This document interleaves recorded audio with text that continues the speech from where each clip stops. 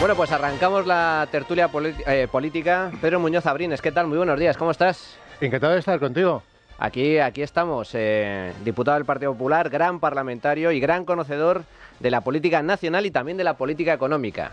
Don Pedro, un placer que estés con nosotros. El placer es mío, hacía mucho tiempo que no nos veíamos. Sí, señor, sí, señor. Carmelo Jordá, ¿qué tal? Muy buenos días, ¿cómo estás? Muy buenos días, pues bien, aquí estupendamente, hablando de cosas interesantes, espero.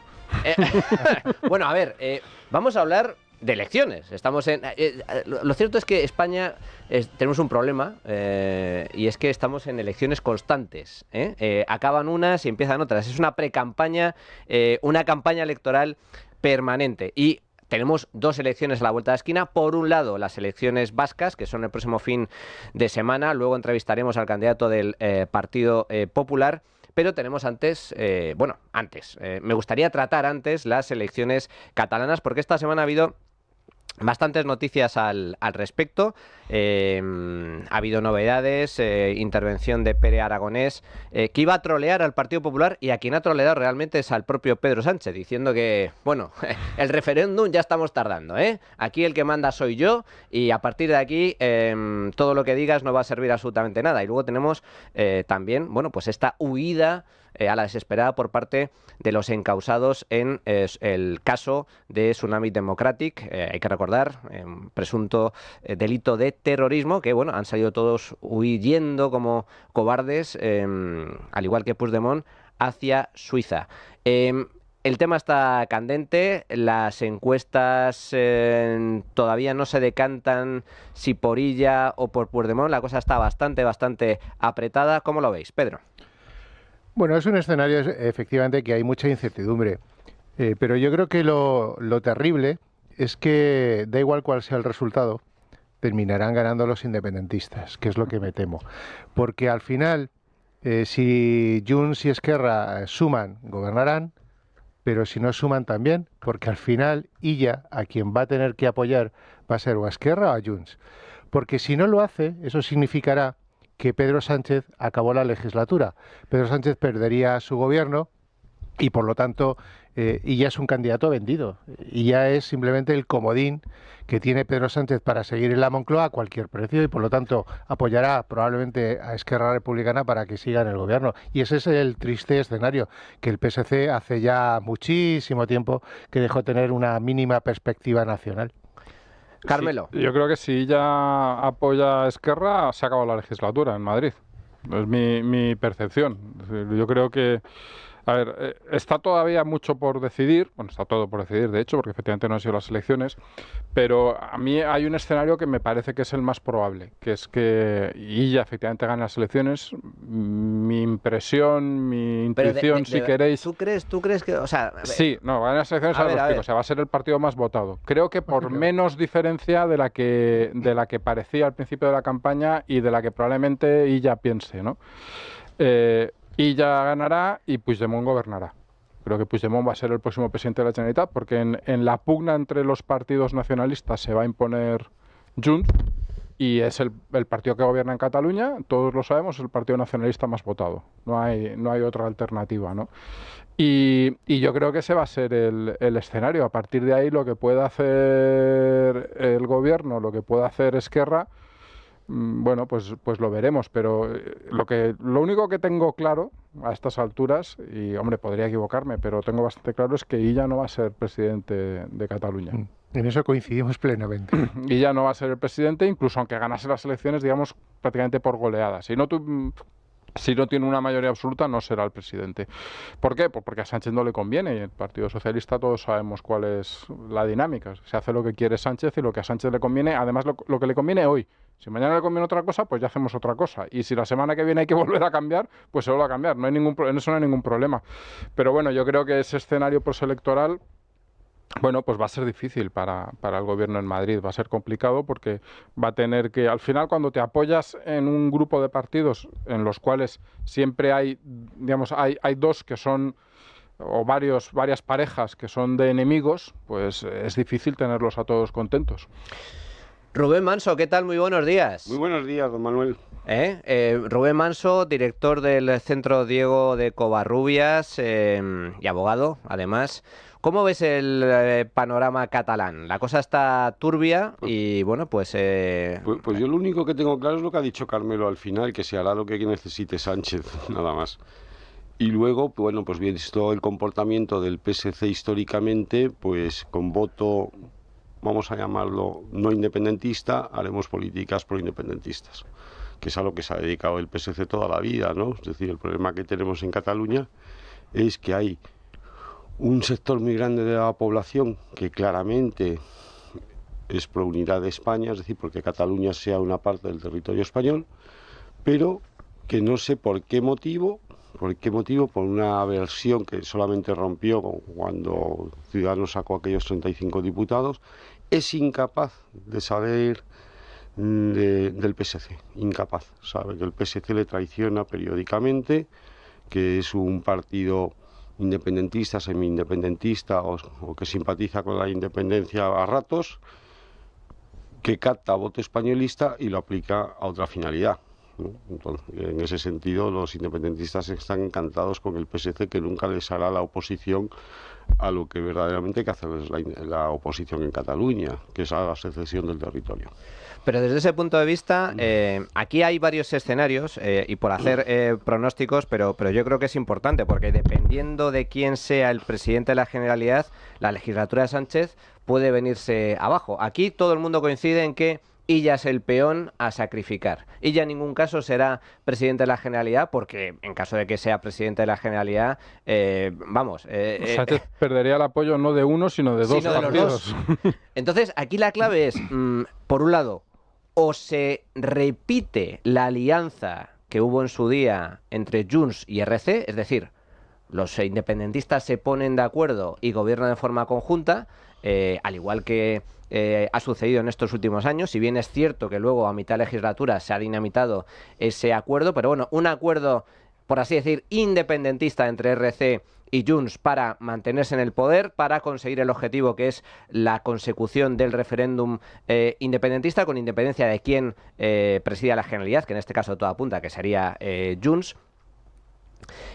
O sucede eso, o directamente que Puigdemont y Junts sea apoyado por el PSC, y de esta forma, bueno, pues yo tengo muchas dudas de que RC en última instancia le quite el apoyo en algún momento al Partido Socialista. Yo creo que desde luego RC puede ser un perdedor más fácil, por así decirlo, más manejable, que en el caso de que el perdedor fuera, digamos, el que se quedase sin Generalitat serie fuese Junts.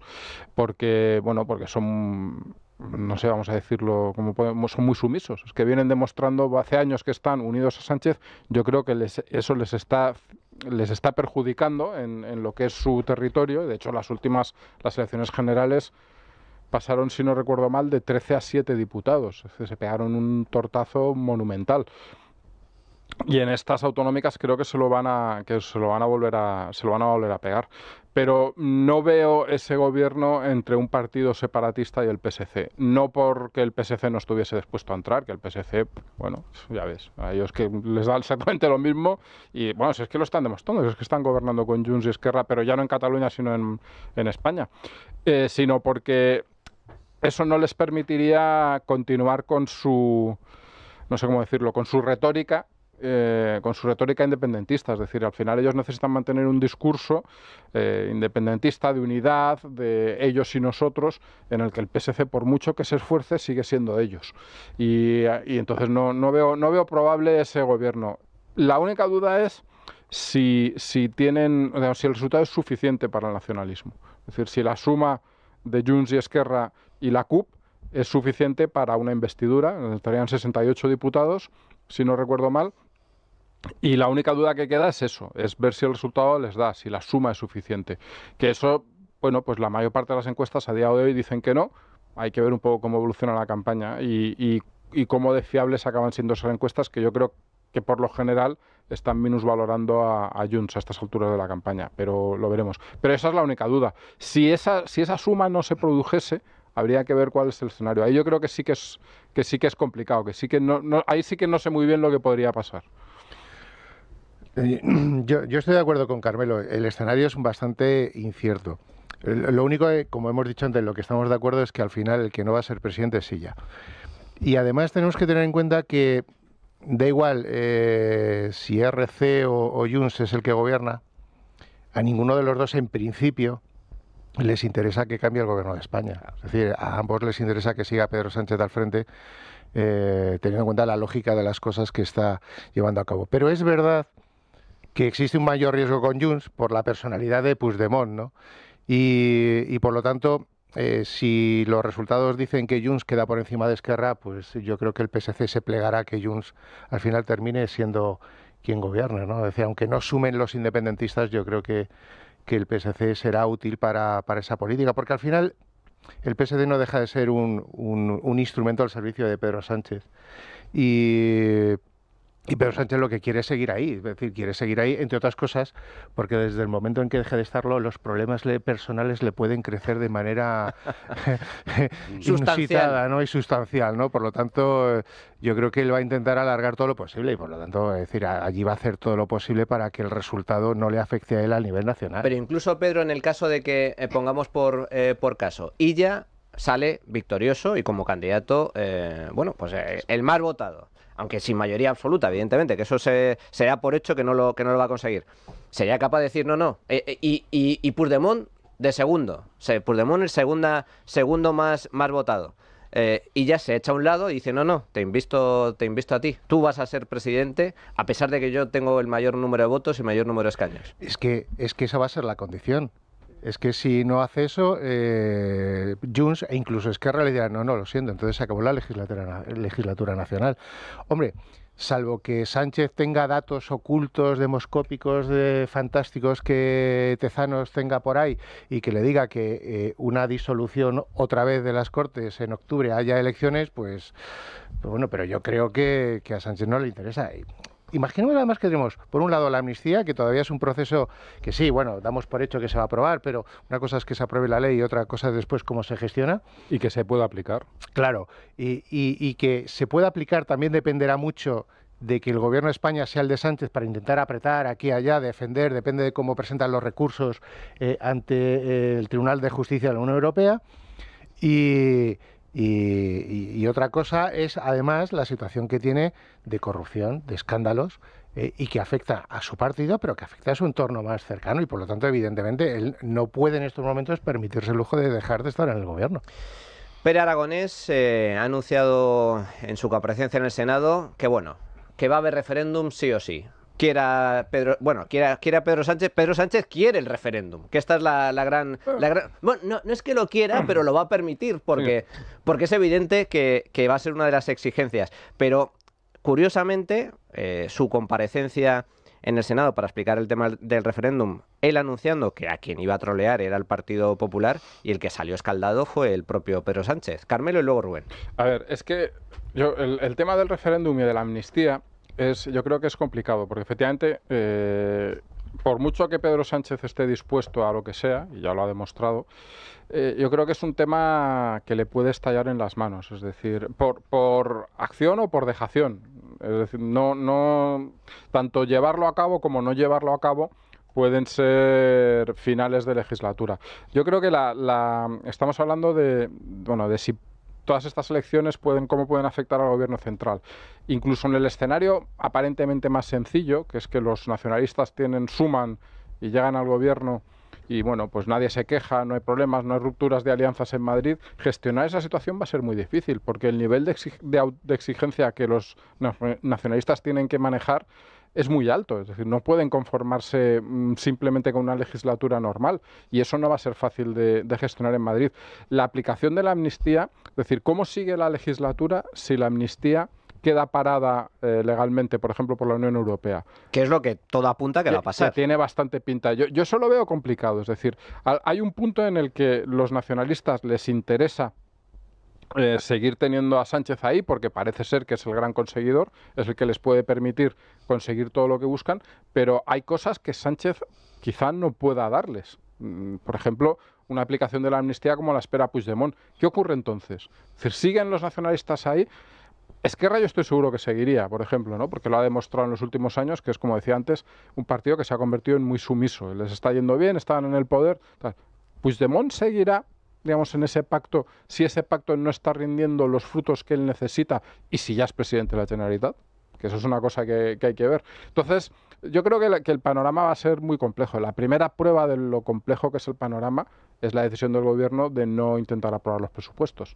Es decir, ya no ha dicho me espero a después de las elecciones, ha dicho no va a haber presupuesto ese año, prorrogamos y a correr. Entonces, hombre, eso te está dando una pista de que ahí hay una situación muy difícil de gestionar. Y luego más adelante hablaremos de las elecciones vascas, pero es que esto se combina también con lo que pueda ocurrir en las elecciones vascas, que todo el mundo da por hecho que en las elecciones vascas, bueno, todo el mundo no, pero mucha gente da por hecho que no va a haber problema porque, no sé, Bildu nunca votaría una moción de... Vale. Sí, seguro que Bildu nunca votaría una moción de censura, pero es que la situación, digamos, del gobierno no es moción de censura o seguimos tan ricamente. Hay muchos pasos entre medias y hay muchas cosas que pueden hacer que el gobierno sea insostenible a corto o medio plazo. Es que lo increíble de esto es que todos se odian entre sí, todos son adversarios políticos, pero hay un punto en común. El punto en común es que se necesitan mutuamente para poder seguir gobernando. Pedro Sánchez de Moncloa y los independentistas en Cataluña y en el País Vasco. Rubén.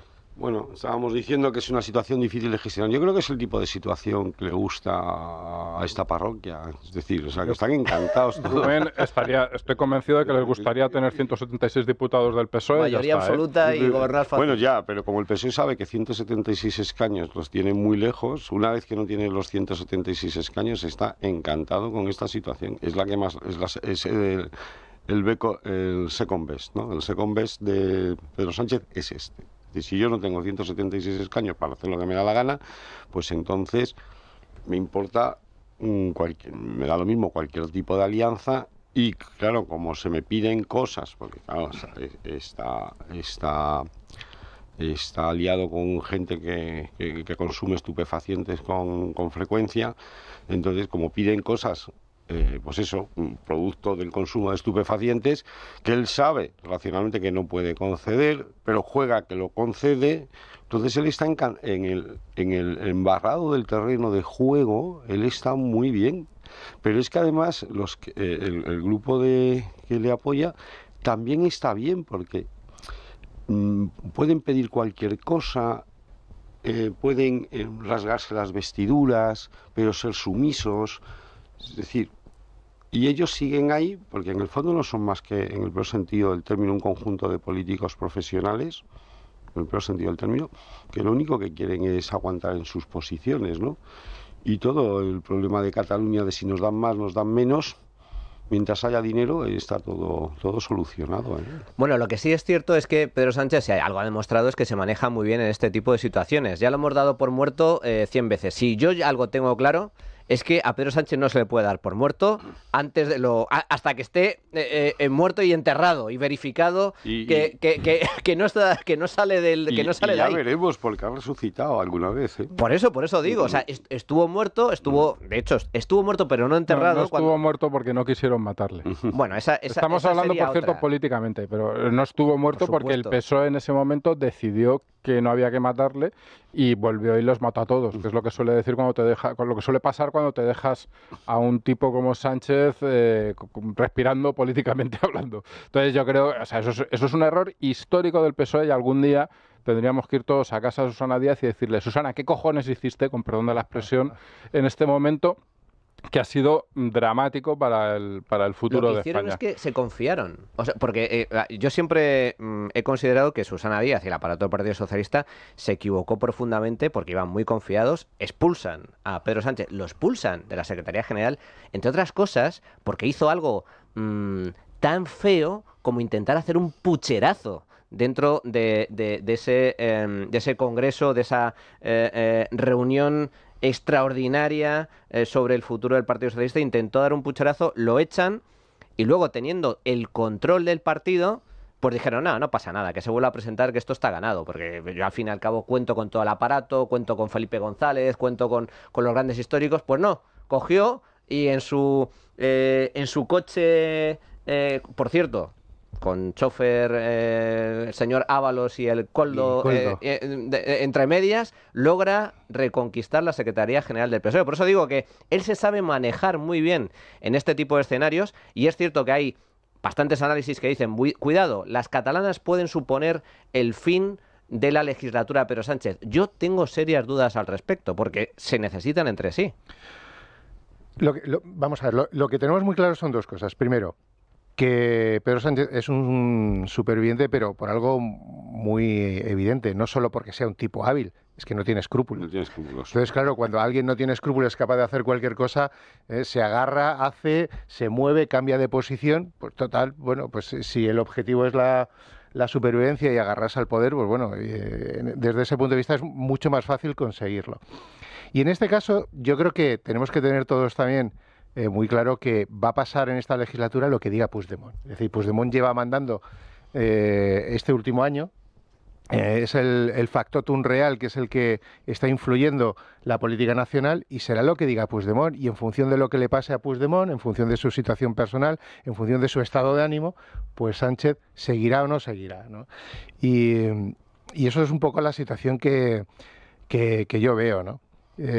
Puigdemont, en función del resultado de las catalanas, si gobierna, pues tirará para adelante, pues bien, yo creo que seguirá dándole continuidad, pero es bastante probable que siga apretando, y llegará un momento en el que yo creo que Sánchez ya no va a poder ceder. Es más, a mí no me extrañaría que dentro de la estrategia de Puigdemont del victimismo forzase tanto las cosas precisamente para romper y hacer ver que él está decidido a la republiqueta catalana, ¿no? Y entonces, bueno, es un escenario que es muy inestable, ¿eh? Ya nos ha amenazado con irse, con que él no acepta la oposición, ¿no? Que deja la política, dejará la política o es presidente o nada. O sea, ya los amenaza con bueno, eso. Dejar la política para Puigdemont significa garantizarse un puesto en el Parlamento Europeo y permanecer allí hasta que se jubile. Cuidado. Significa ni siquiera eso. Significa seguir cobrando el sueldo de expresidente, tener chofer y despacho. A las donaciones y donativos que recibe, ¿no? O sea, que no es un dejar la política, pero seguir viviendo de la política. Deja la política, que está muy pero bien. sigue viviendo de la política. Bueno, que es el tema. Se ha convertido en una especie de Virgen de Lourdes, ¿no? Donde va la gente allí en peregrinación a ponerle y le deja dinero. El problema es que él no obra ningún milagro, ¿no? Él no obra milagros. A diferencia de la Virgen de Lourdes que alguno Hombre, declaró la República Catalana por 5 minutos. No, 5 minutos, no, 5 segundos. Ha hablado el milagro de la amnistía, ¿eh? Cuidado. Es decir, lo que era inconstitucional una mañana, a la mañana siguiente dejó de serlo. Yo no voy a decir que eso sea un milagro, pero vamos. No, porque no salta ninguna ley de la física, eso, solo de las políticas. Bueno, pero hay dos cosas que sí están encima de la mesa y que una de ellas ya ha conseguido y que me gustaría saber vuestra opinión al respecto, y otra está en vías de conseguir. Lo que ya ha conseguido es la amnistía. Otra cosa es cómo se aplique. Y ahí podemos tener dudas. Los expertos juristas que hemos consultado en este programa en más de una ocasión dicen que efectivamente la amnistía, una cosa es que se apruebe y otra cosa es que se pueda poner en marcha, porque esto en última instancia depende de los jueces, y los jueces a día de hoy, por mucho que el gobierno se empeñe, siguen siendo independientes. El gobierno está intentando asaltar el Poder Judicial, todavía no lo ha conseguido, pero los jueces, como figura, como funcionarios de la justicia, son totalmente independientes de sus funciones. Y todos aquellos jueces de cuya responsabilidad depende la aplicación de la amnistía, que son los responsables en decir, bueno, yo a usted le sentencié, le condené y ahora le amnistío, van a presentar cuestiones prejudiciales al Tribunal de Justicia de la Unión Europea. Y eso, sea cual sea el resultado de la justicia europea, va a tardar meses en resolverse. Por lo tanto, la amnistía, en teoría, no se puede aplicar. Ahora, da igual, porque Puigdemont no tiene por qué ser investido presidente de la Generalidad. Basta con que sea alguien de Junts. Y, a ver, el tema es que la amnistía podría paralizarse, pero también se paralizarían, por ejemplo, la orden de detención de Puigdemont. Es decir, como medida, digamos, la amnistía podría paralizarse como una medida cautelar de la justicia europea, pero al menos hasta donde yo tengo entendido, eso implicaría también la paralización de la ejecución de...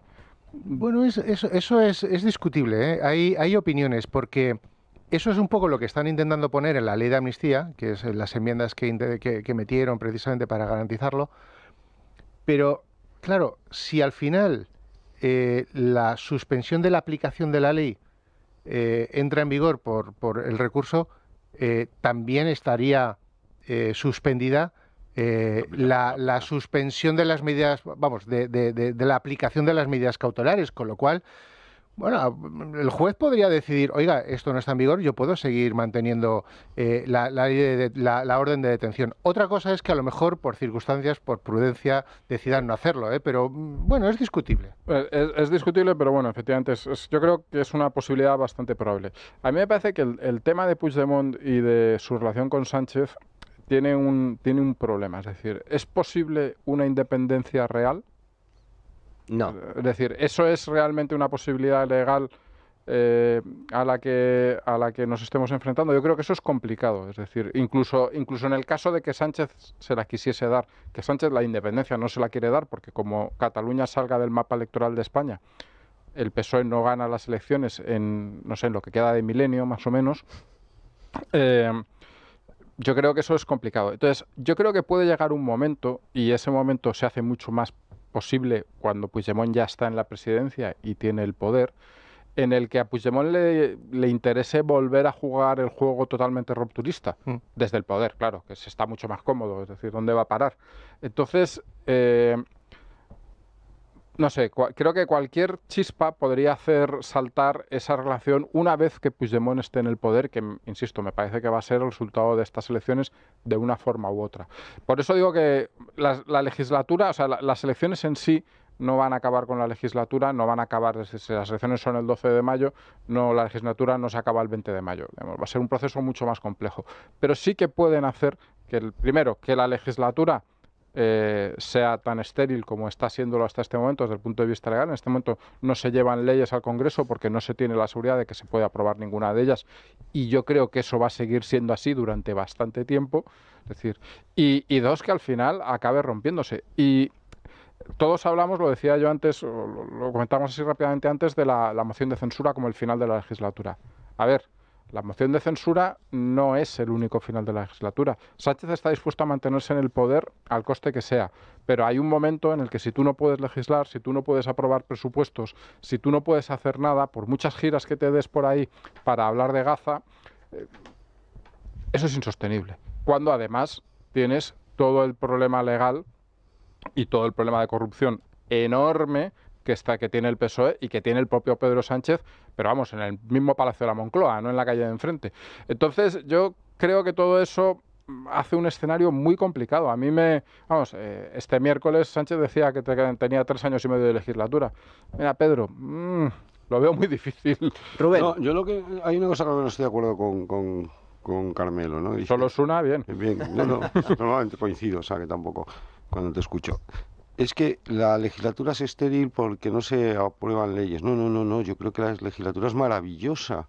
O sea, es lo mejor de la legislatura. Sí. No, es lo mejor que nos puede pasar. Que no legislen, porque totalmente leyes ya... Si está todo legislado, mejor o peor, pero está todo legislado. O sea, aquí realmente lo que necesitamos es deslegislar. Y lo que necesitamos es que el Parlamento, ¿qué es lo que no hace? Es que controle. O sea, el gran problema que tenemos en España es, y como ves, lo que estoy utilizando tu expresión para buscar una excusa para meter lo que quiero decir, lo que realmente necesitamos en España es, uno, deslegislar, o sea, desregular, reducir legislación. O sea, lo que no podemos es estar presumiendo de que sacamos 1 millón de páginas de BOE al año, ¿no? Y dice, bueno, ¿pero esto qué sentido tiene?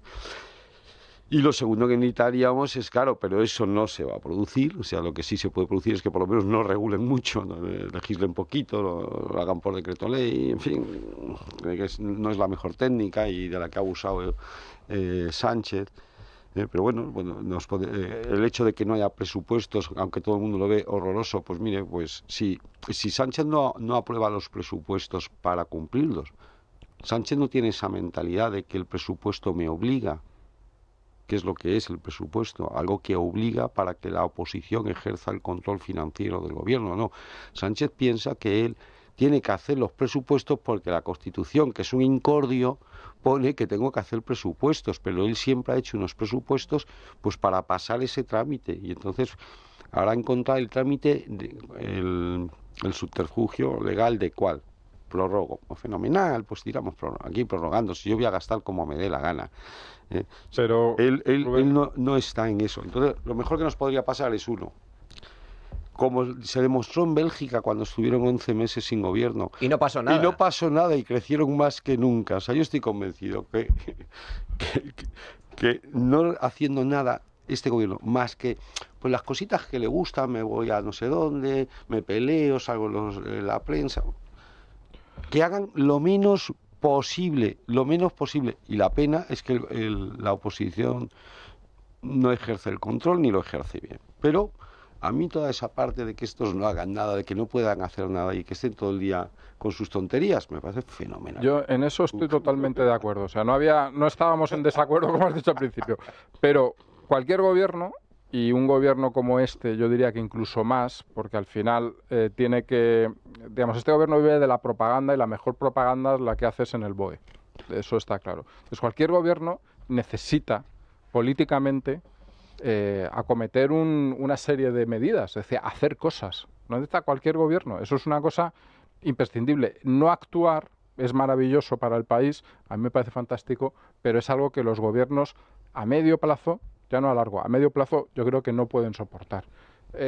Las giras para hablar de Palestina están muy bien, pero ahora la verdad tú lo que necesitas, este gobierno lo que necesita es ir al Parlamento, o sea, ir a la opinión pública, mejor dicho, y decir, he aprobado esta ley de vivienda, que sabemos que es un desastre, que va a reventar el mercado de la vivienda, pero ellos viven de eso. Entonces yo creo que un gobierno que no es capaz de hacer eso, que no es capaz de decir, he aprobado una nueva reforma laboral que ha hecho no sé qué, que serán todo medidas desastrosas, pero políticamente no ser capaces de hacer eso, yo creo que les va a suponer un desgaste tremendo. Bueno, pues vamos a hacer una pequeña pausa y retomamos con elecciones, pero en este caso elecciones vascas, porque, cuidado, estamos centrándonos mucho en las elecciones catalanas, cuál va a ser su influencia sobre la estabilidad del gobierno de Pedro Sánchez, pero ojo, que antes hay elecciones vascas y que creo que son determinantes. Solo pongo un dato encima de la mesa. Si hoy Sánchez está en el poder, es gracias a un partido nacionalista vasco que apoyó una moción de censura contra todo pronóstico. Así que mucha atención. Y para ello vamos a la vuelta a entrevistar al candidato del Partido Popular al País Vasco, Javier de Andrés. La trinchera de llamas. Es radio. Javier de Andrés, muy buenos días. ¿Cómo estás? Muy buenos días, encantado de saludaros. Un auténtico placer que estés con nosotros. Bueno, estamos comentando elecciones en el País Vasco. La próxima semana van a ser elecciones absolutamente determinantes. Las encuestas, por poner un poco encima de la mesa cuál es el panorama, prácticamente dan un empate entre PNV y EH Bildu. Aunque es cierto que en las últimas fechas está subiendo Bildu y el apoyo de Arnaldo Otegi y a su partido, a Bildu, parece que está creciendo según el CIS. En concreto, el CIS otorga victoria a Bildu entre 34 y 35% de los votos.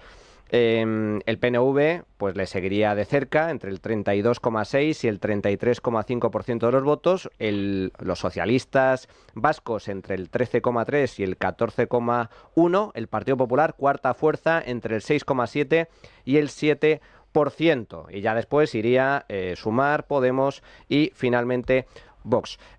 Javier, el lema del Partido Popular para la campaña es por una Euskadi abierta. A mí me gustaría que nos explicaras un poco cuál es el proyecto que tiene el Partido Popular para el País Vasco, porque creo que el lema está muy bien traído, en el sentido de que el País Vasco, si por algo se ha caracterizado, es precisamente por ser una región cerrada, porque bajo el terror de ETA expulsó a buena parte de la población, y ahora, una vez que ETA anunció el fin de la violencia terrorista, pues sigue existiendo políticas que excluyen a parte de la población, pero de otra forma, como por ejemplo la política lingüística, que impide que muchos españoles puedan ir a trabajar libremente al País Vasco debido a las exigencias lingüísticas que se establecen para acceder a determinados puestos, especialmente en la administración. Entiendo, a la vista del lema por una Euskadi abierta, el Partido Popular lo que propone es algo totalmente diferente. ¿Cuáles son las claves de vuestro proyecto? Manuel, veo que con la explicación que acabas de dar hemos acertado con el lema, porque efectivamente eso es lo que planteamos, ¿no? El que el País Vasco tiene que cambiar de proyecto, porque ahora se está diciendo que el PNV se ha equivocado en la gestión. Es verdad que se ha equivocado en la gestión, por eso funciona mal la sanidad pública, por eso estamos en el puesto 14 de 17 en educación y por eso tenemos un problema creciente de seguridad, un nivel de ocupas también creciente. Pero sobre todo, aparte de que haya hecho mal las cosas, es que el proyecto era muy malo, porque era un proyecto de cerrazón. Cuando la sociedad occidental, los países europeos, se estaban abriendo, comunicando, colaborando, entendiéndose entre sí, fíjate, tenemos una moneda única, una política agraria común, tantas cosas en común con otros países. Aquí lo que se ha hecho es lo contrario, ¿no? Se ha pretendido utilizar el estatuto para marcar diferencias con el resto de España, para segmentar lo que se pudiera, para fracturar la relación, y en algunas cosas pues lo ha conseguido. Por ejemplo, como tú estabas diciendo, en el sistema educativo, que ya no es compatible con el del resto de España, y hace muy difícil o imposible que gente con familias con hijos pues pueda venir aquí porque no van a poder adecuarse al sistema educativo vasco. Y lo mismo sucede, por ejemplo, con la sanidad, que pues con esa obstinación en pedir una titulación de euskera a todos los profesionales sanitarios, pues se ha puesto un filtro adicional que ya existen, las dificultades que existen en el conjunto de España, y faltan médicos por todas partes, ¿no? en Euskadi. Bueno, esto es la consecuencia de un mal proyecto. Han querido ir en contra del sentido del tiempo, han querido segmentar, fracturar, y al final, pues mira lo que está pasando en Gran Bretaña también, ¿no? Cuando vas a fracturar un gran mercado, un gran país, pues el que pierde es la parte más pequeña, en este caso el País Vasco. Y nosotros creemos que se tienen que revertir esas conductas, y que lo que tenemos que hacer es una sociedad abierta, moderna, y bueno, pues muy distante de esta Euskadi de la chapela a rosca que nos han querido imponer. Javier, todo apunta, al menos es lo que apuntan las encuestas, que Bildu tiene opciones de verdad de llegar a presidir el País Vasco, el partido de Otegi. El Partido Socialista en campaña se está intentando distanciar de Bildu. ¿Qué opinas al respecto? ¿Crees que si depende del Partido Socialista no va a haber ningún problema en apoyar a Bildu para que presida Euskadi?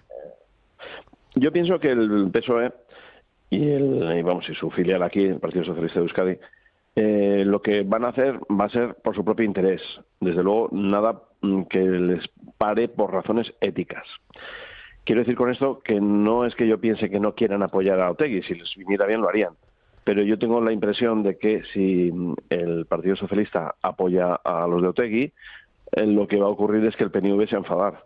Y si se enfada el PNV, tiene 5 escaños en el Congreso, pues que le pueden torturar bastante a Sánchez, ¿no? Y sin embargo, pues los de Otegi están más acostumbrados a quedarse fuera, y bueno, pues los compensará con otras cosas. Ahí están los presos, ahí está el caso de Pamplona. ¿Quién dice que en las próximas elecciones municipales no pueda conseguir también otras alcaldías muy importantes? Con lo cual, pienso que el Partido Socialista le conviene más apoyar al Partido Socialista, y que aunque ganara Bildu, el pacto PNV-PSOE va a sumar mayoría, y efectivamente es el que va a seguir gobernando, pues como lo lleva haciendo desde el año 1986, con el breve interludio del Plan Ibarretxe. Hemos conocido esta semana, y me gustaría saber tu opinión al respecto, que según las investigaciones de la Guardia Civil, Otegi estaba implicado o aparecía en esas investigaciones como participante en atentados de ETA. Sin embargo, finalmente, por orden de la Fiscalía, los informes finales, ha desaparecido por completo el nombre de Otegi de esos documentos. ¿Qué opinas al respecto? Pues que tenemos un problema con el gobierno que tenemos, ¿no? Que tenemos un grave problema con este gobierno, que incluso en materia penal pues se pone del lado de criminales. Otegi está claro que tiene una trayectoria terrorista que pues le ha supuesto la cárcel, pero tiene pues un historial en el cual durante varios años que estuvo en un comando terrorista, pues tampoco parece que hiciera mucho, por lo menos que haya tenido que penar por ello. No sé si fue tan poco eficaz como terrorista, pero las sospechas desde luego pueden ir mucho más allá. Eso es lo que pensaba la Guardia Civil en varios casos, y yo también tengo sospechas de otras cosas, ¿no?, que hubiera podido hacer Otegi, porque fue un comando muy activo y bueno, de lo cual Otegi se ha ido librando en repetidas ocasiones, muchas veces por la forma en la que actúa la justicia española, ¿no?, que es pues muy respetuosa de la presunción de inocencia y de, bueno, pues de casos como por ejemplo de Gabriel Cisneros, que lo identificó como uno de los que le dispararon, ¿no?, cuando le hirieron en aquel atentado con el que lo quisieron matar. Identificó a Otegi, pero bueno, la justicia pues en ese momento consideró que no había pruebas suficientes. Es decir, que se ha beneficiado mucho el sistema tan protector que tiene el sistema judicial español. Y ahora ya es el colmo, porque esto sí que no es aceptable, es que se va a beneficiar de la laxitud, de la simpatía del gobierno de España, que bueno, pues está actuando de una forma que pues es que otra más que justificaría la salida inmediata del gobierno que tenemos ahora, ¿no? Última pregunta, Javier. Me gustaría, ¿se puede explicar el auge, la subida, el apoyo electoral que tiene Bildu, que está obteniendo Bildu en el País Vasco, sin el blanqueamiento que ha hecho el gobierno de Pedro Sánchez de esta formación? Mira, yo creo que el crecimiento que ha tenido Bildu se debe a dos cosas. Una, que es la que tú estás indicando, que es el blanqueamiento, porque le han hecho la campaña ahora mismo a Bildu, pues dándole oportunidades en el Congreso para destacarse, para separarse de su pasado criminal. Haya tenido ahora mismo un proceso que le ha beneficiado muchísimo, en el cual el PNV y el PSOE, los dos, han participado para apoyarle y para auparle, ¿no? Pero yo creo que también esto tiene una trayectoria que viene de más atrás. En Euskadi, en el País Vasco, ha estado proscrito, ha sido demonizado todo lo que no fuera nacionalista y todo lo que no fuera de izquierdas. Y han laminado a la sociedad civil. Es decir, no se ha podido expresar, no se ha podido organizar, no ha podido presentarse en sociedad si no eras nacionalista y no eras de izquierdas. La conclusión, pues que al final el partido que va a tener un predominio en el País Vasco es un partido que es de izquierdas y nacionalista. Es que era natural, o es que pensamos, alguien puede pensar que toda la trayectoria violenta que han tenido, todo el proceso de acoso a quienes no éramos nacionalistas ni de izquierdas, no iba a tener efecto. Claro que tenía efecto, se hacía para esto. Es que toda la violencia que se ha venido ejerciendo a lo largo de las últimas décadas tenía ese propósito, que no hubiera gente que no fuera de izquierdas y gente que no fuera nacionalista. Y claro, es que la violencia tiene su efecto, y lo ha tenido, y esta es la consecuencia. Si a eso sumas que el PNV y el PSOE pues le cogen y le aupan en vez de ponerle en su sitio, como debieran de haber hecho por los propios compromisos que tenían adquiridos con sí mismos y también con el Partido Popular, de tener un suelo ético, de unas líneas rojas que no tendrían que haber traspasado jamás, pues sin lugar a dudas. Ahora llega la campaña electoral y lo que están haciendo PNV y PSOE es decir que Bildu es malo. Hombre, ¿qué pasa? Tú te has saltado las líneas rojas y ahora quieres que tu electorado no se las salte. Pues bueno, ya estamos viendo fuga de votos de PNV y de PSOE a favor de Bildu.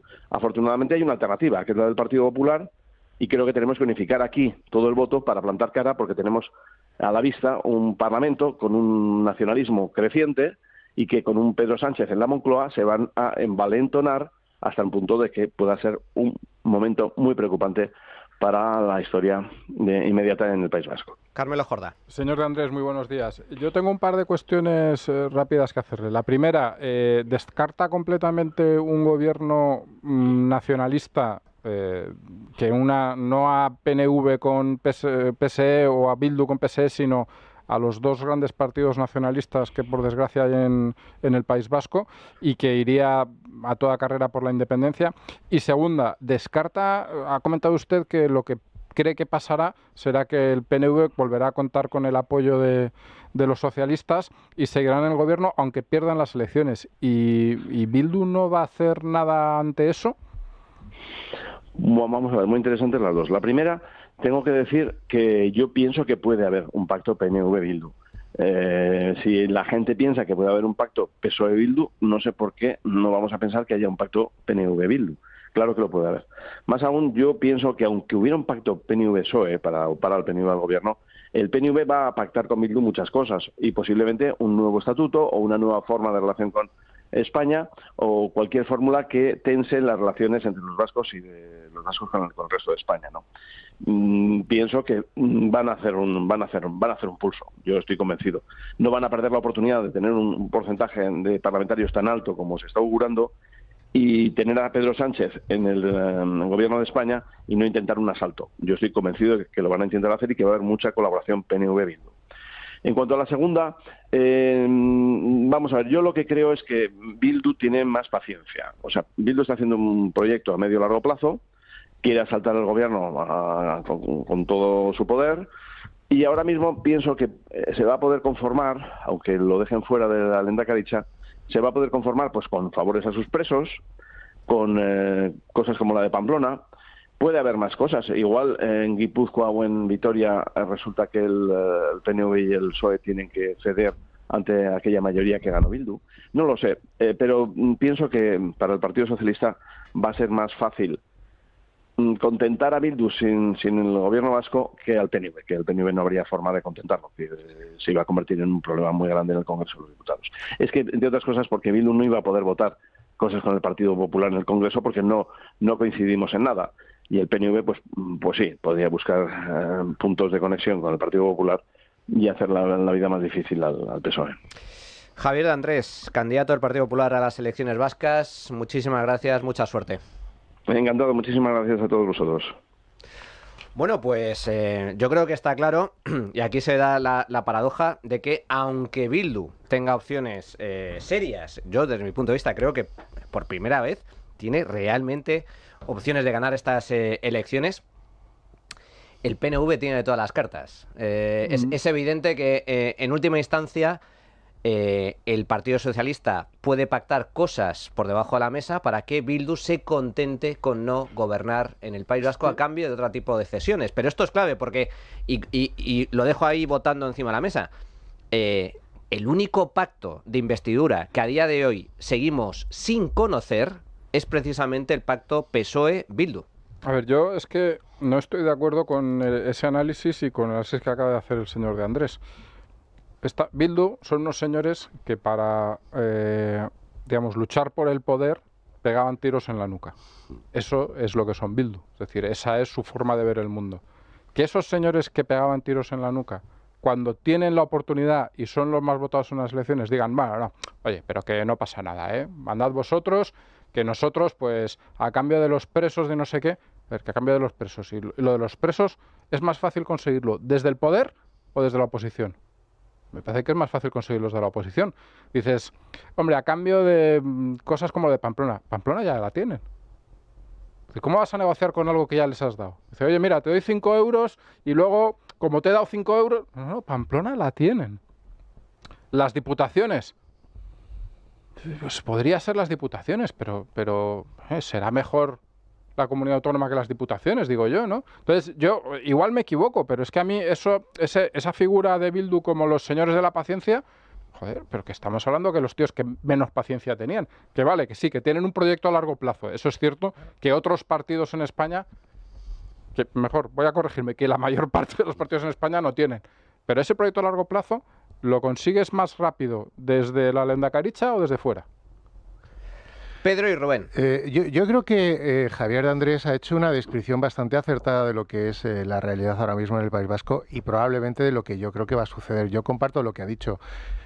Primero porque al Partido Socialista, lógicamente, le es más cómodo seguir con el PNV que no con Bildu. Segundo porque Bildu es verdad que tiene como objetivo el poder pero es verdad que ya no solo es una cuestión de paciencia, ¿no? Yo creo que Bildu ha cogido una estrategia en la que necesita también un poco más de tiempo porque sus propios cuadros, desde mi punto de vista, no están preparados para asumir determinados gobiernos. Gobernar el País Vasco es una comunidad autónoma, pues, bueno, que tiene cierta importancia y creo que Bildu todavía no tiene los cuadros preparados. ¿De verdad pensáis que eso les preocupa? Mira, yo creo que ellos han cogido, como era, el tratado del radical ese de Alinsky. Han cambiado completamente la manera de ver las cosas. Sus objetivos no han cambiado, pero el método sí. Y yo creo que en estos momentos todavía están dispuestos a aguantar. Dentro de 4 años ya no te digo que el escenario sea diferente, pero yo creo que ahora mismo sí. Entre otras cosas porque es que al final forzar que Bildu sea quien gobierne el País Vasco significaría automáticamente el fin de Sánchez. Pero esa es otra cuestión, quiero decir, yo eso no es la cuestión. Ya, no, pero lo que quiero decir, pero eso no es un problema de Bildu, es un problema de Sánchez. Sí, pero es que a Bildu no le interesa tampoco que Sánchez deje de estar en estos momentos en el gobierno, es decir, es que el gran apoyo que tiene Bildu en estos momentos es desde que llegó Zapatero hasta ahora. Es Sánchez. Es decir, es que ellos se necesitan, y sobre todo yo creo que incluso casi necesita más Bildu a Sánchez que Sánchez a Bildu. Rubén. Yo estoy de acuerdo con eso último que has dicho. Bildu necesita a Sánchez más que Sánchez a Bildu. Sí. Y creo que, hombre, hablar de paciencia, como ha hablado el señor de Andrés, bueno, más que paciencia es verdad que son los únicos, como habéis dicho los tres, que tienen un objetivo que no tienen los demás. Para es que yo creo que ya dudan hasta del objetivo, aunque no lo parezca. Es decir, se han aburguesado. Las diputaciones les interesan mucho porque es donde está el dinero. En el País Vasco el dinero no está en el gobierno, está en las diputaciones. O sea que yo creo que las diputaciones ahí se puede jugar, hay hasta 3. Bueno, si metes la Navarra hay hasta 4. O sea que podemos irlas pidiendo de una en una y eso va alargando la cuerda y le va dando juego de que me enfado, que no me enfado, pero siempre te apoyo, claro, porque aquí lo que se trata es de que Sánchez no caiga. Es decir, Sánchez no puede caer. Y por lo demás lo que es sorprendente en el País Vasco es, por ejemplo, que la gente, vamos a llamarlo, de derecha no nacionalista, vote al PNV cuando llegan estos momentos por miedo. Es decir, que no hayan conseguido el Partido Popular ni Vox romper ese miedo que tienen una parte importante de sus simpatizantes a que, es que sí, el PNV no es, pero es que claro, vienen los otros, y yo creo que eso ya hay que romperlo y clarificar las cosas. Oiga, no, que el PNV deje de jugar somos independentistas pero menos, pero además os protegemos de esta panda de taraos que meten tiros. Pero yo creo que además la campaña que está haciendo el Partido Popular del País Vasco, no puedo hablar de Vox porque no la conozco, pero sí a Javier de Andrés, que ha sido compañero mío te lo explico. Tiene que ver con la inmigración, que es el gran problema del País Vasco, como todo el mundo sabe. Pero digo, el mensaje de Javier de Andrés va precisamente por lo que tú dices, es decir, oiga, el PNV no es la salvación, es decir, no es el mal menor ante Bildu. No, es decir, no es el mal menor. De hecho, todo lo que está sufriendo ahora mismo el País Vasco de deterioro económico, social, etcétera, de inmigración, de seguridad, de sanidad, es precisamente porque el PNV lleva gobernando no solo una manera de gestionar, sino con unos parámetros y un criterio, ¿no? Y eso es lo que está precisamente poniendo encima de la mesa Javier de Andrés, que hay que superar precisamente ese escenario. Bueno, una pausa y volvemos, además, con un tema. A ver, tenemos a Pedro Sánchez el pacificador, Pedro Sánchez el Gandhi hispano, Pedro Sánchez el gran líder mundial que va a lograr acabar con el conflicto histórico entre Israel y Palestina. Bueno, a la vuelta, una pequeña pausa y lo abordamos. Bueno, tenemos al presidente del gobierno que en una de sus tácticas habituales, cuando está en dificultades, acude a 2 comodines. El primero es Franco, facha, y después está la política internacional, porque al fin y al cabo él es un gran estadista internacional y ha cogido como bandera la declaración, o el reconocimiento, unilateral del Estado palestino, que está liderando él personalmente a nivel internacional entre los países de la Unión Europea y más allá. Claro, él es un líder mundial, está llamado a lograr la paz mundial y la paz entre Israel y Palestina. Evidentemente este es el relato oficial, pero desde luego hay mucha enjundia sobre este auténtico drama que está viviendo el pueblo israelí, el pueblo judío, después del terrible, deleznable atentado que sufrió el pasado 7 de octubre, que fue una auténtica declaración de guerra. Y se están comentando desde entonces muchísimas datos y noticias manipuladas, falsas, con mentiras de todo tipo. Y a mí me gustaría profundizar en esta cuestión de la mano de Rosa Reigía, que es portavoz de ACOM. ACOM es una organización independiente que promueve la relación entre España e Israel y lucha contra el antisemitismo, trabajando con gobiernos, partidos y la sociedad civil. ¿Qué tal, Rosa? Muy buenos días. Buenos días, Manuel. Bueno, un auténtico placer que estés con nosotros. La primera pregunta es obligada. Tenemos a Pedro Sánchez de gira internacional entre los países árabes promoviendo el reconocimiento unilateral del Estado palestino. ¿Cuál es tu opinión al respecto? Así es. Bueno, en primer lugar, gracias por darnos la oportunidad de hablar con vosotros y contar también pues nuestra versión, ¿no?, que muchas veces está tan oculta en los medios de comunicación en estos días. Bueno, respecto al presidente Sánchez, pues es obvio que es un demagogo, esto creo que ya ha quedado claro en diferentes ocasiones, y como acabas de mencionar, está utilizando el conflicto de Israel-Palestina como una cortina de humo, ¿no?, para quitarse de en medio pues todos los problemas, por ejemplo, de corrupción que están alrededor de él.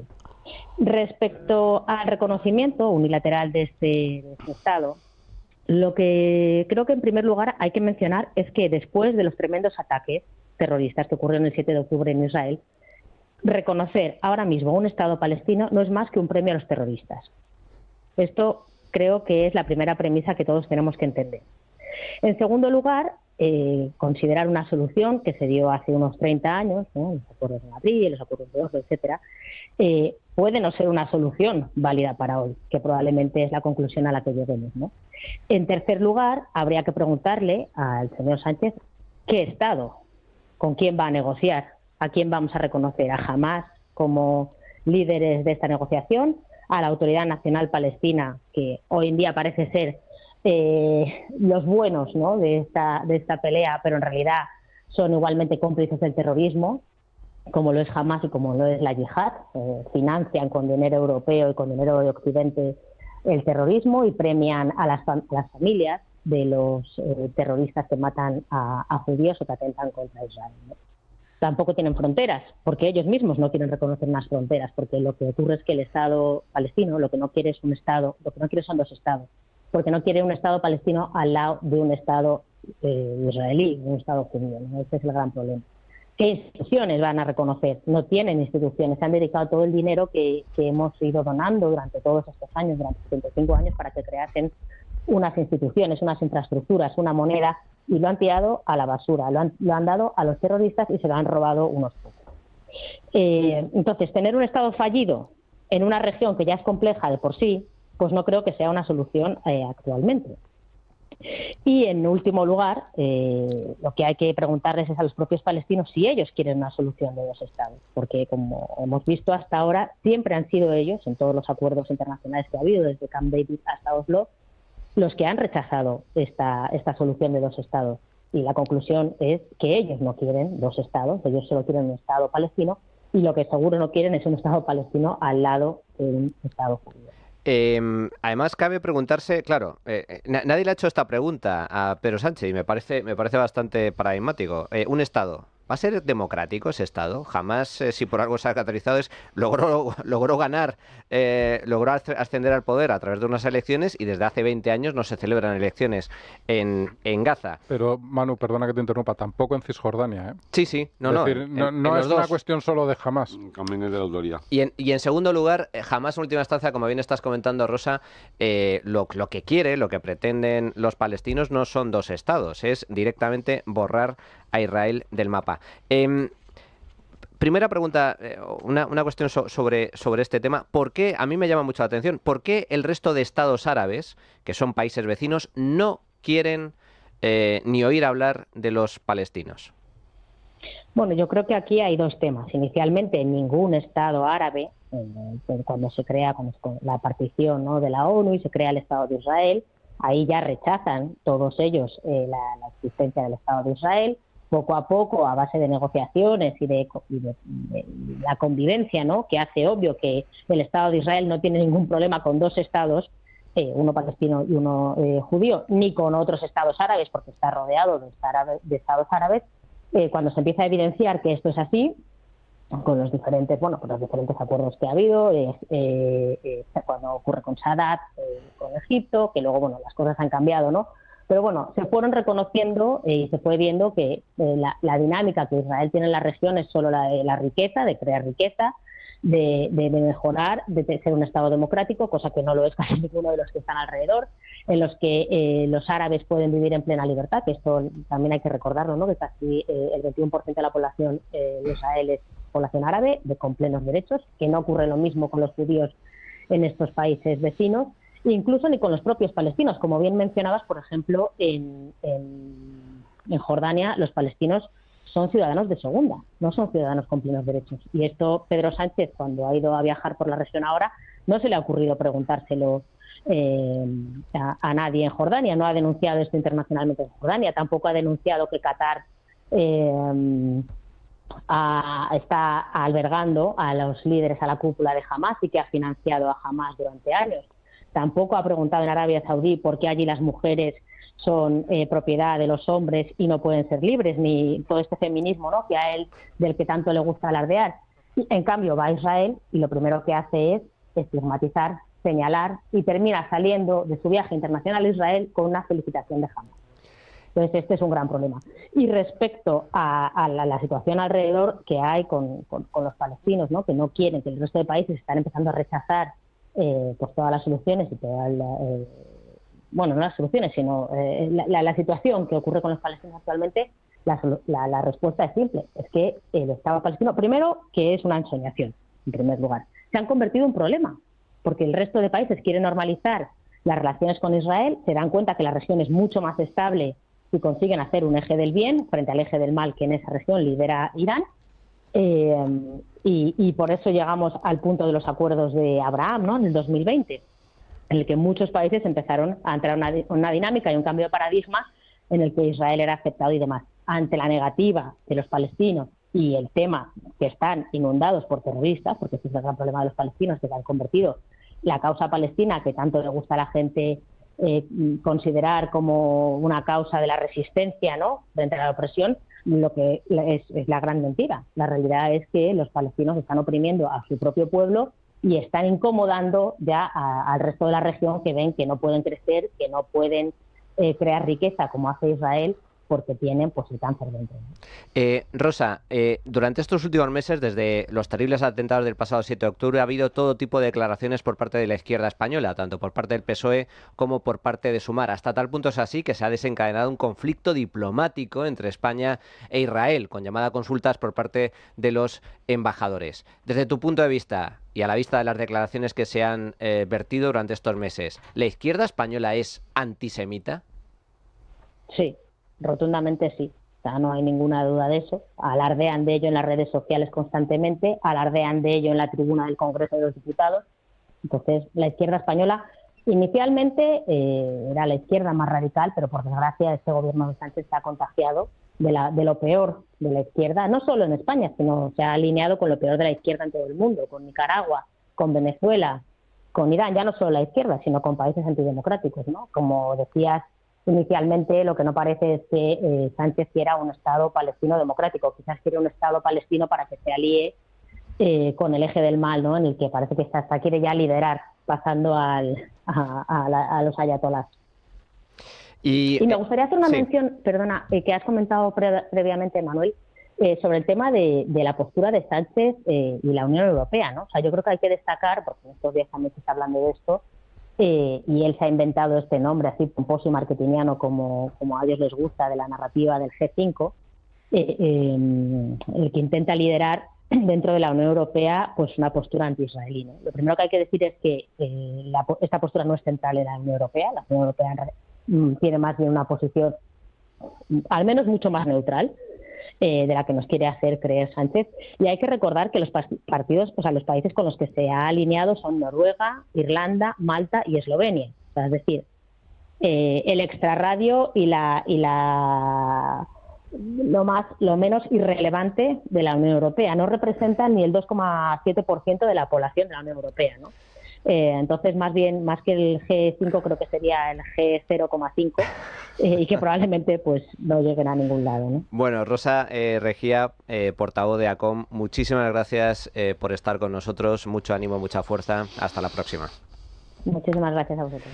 Bueno, Adrián, tenemos oyentes. ¿Qué dicen los oyentes y la encuesta que hemos puesto en redes? Cuéntanos. ¿Qué tal, Manuel? Pues sí, muchísimos mensajes a nuestro número de teléfono 689 33 74 44, también a nuestra cuenta de Twitter @trincherallamas, y precisamente hoy preguntábamos a nuestros oyentes cómo solventarían el problema de la vivienda.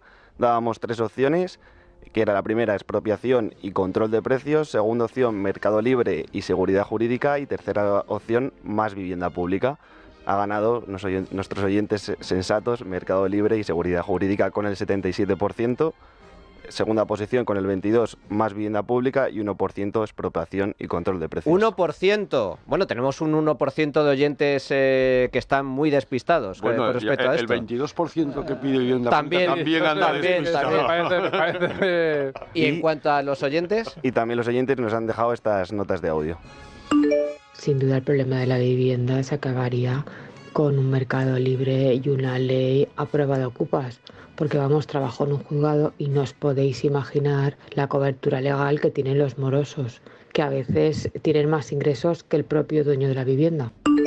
Respecto a lo de la vivienda, otra vez ofreciendo viviendas, que va a construir no sé cuántas viviendas, si él no construye nada. Si se construyen las viviendas son los empresarios de este país, pero ¿dónde va a sacar el dinero?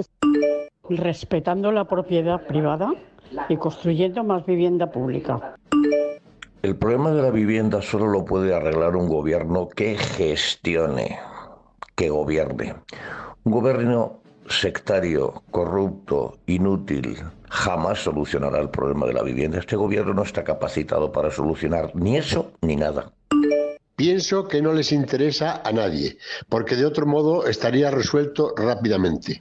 Con una ley rotunda que en 24 horas el Ocupa desalojara de inmediato la vivienda, saldría al mercado prácticamente toda la vivienda vacía y además bajarían radicalmente los alquileres. Bueno, está clara cuál es la solución. El problema de la vivienda lo ha generado el propio gobierno. Muchas gracias a todos los oyentes por vuestras opiniones. Pedro Muñoz Abrines, un auténtico placer que hayas estado con nosotros en esta trinchera. Espero que vuelvas. El placer ha sido mío, he estado muy cómodo y espero volver, por supuesto. Rubén Manso, muchas gracias. Hasta la próxima. Hasta la próxima. ¿Va a haber la próxima? Hombre, por supuesto que sí. Muchas gracias. Y Carmelo Jordá, a ti no te despido porque luego, en la última parte del programa, tenemos sección de viajes. Viajes y escapadas. Un rato. Venga, perfecto. Pues volvemos en breve. La trinchera de Llamas, con Manuel Llamas.